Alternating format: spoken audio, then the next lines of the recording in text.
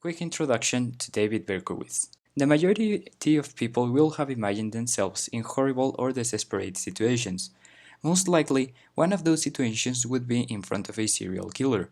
Like us, they're human beings, but have you wondered how we're different from them? Based on the definition, a serial killer is someone who murders at least two people in separate events that occur at different times. Biography. In today's video, we will talk about Richard David Falco, or better known as David Berkowitz. He was a serial killer born on June 1 of 1993 in Brooklyn. Very young, his mother gave him up for adoption. Throughout his childhood, it was noted that he was very shy and had a great ability to lie.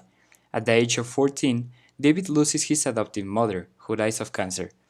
He continued to accumulate feelings of loneliness and social rejection.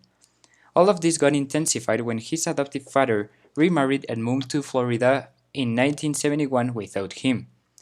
The turn his life was taking led him to join the army being just 17 years old, where he became a professional sniper shooter.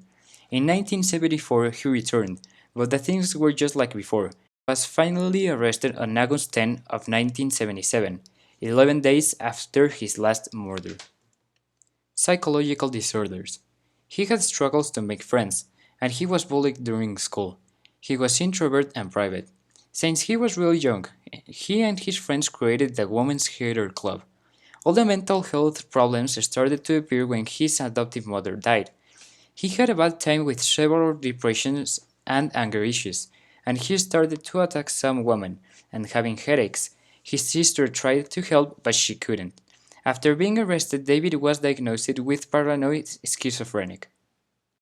Crimes. By the time he returned from the army, he found and attacked his first victim, a young woman walking down the street on her way home, but she was able to escape. David decided that his next victims will be assassinated with a very specific revolver, a .44 caliber Bulldog. Some of his crimes were the following ones. In 1997, he shot to death a couple, Christine Freund and John Deal, on their way to a dance. A time later, he shot a wedding couple, Alexander Esasus and Valentina Suriani, in their car. After being arrested, David confessed he had killed 6 people and injured many more.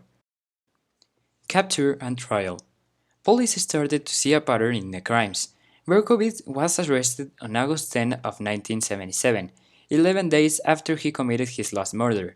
Thanks to a courteous police investigation, digging into a lot of thread of suspects, Berkowitz was identified as most likely suspect, thanks to his car having been ticketed close to a felony.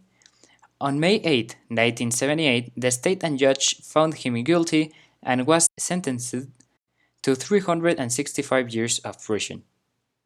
Personal opinion.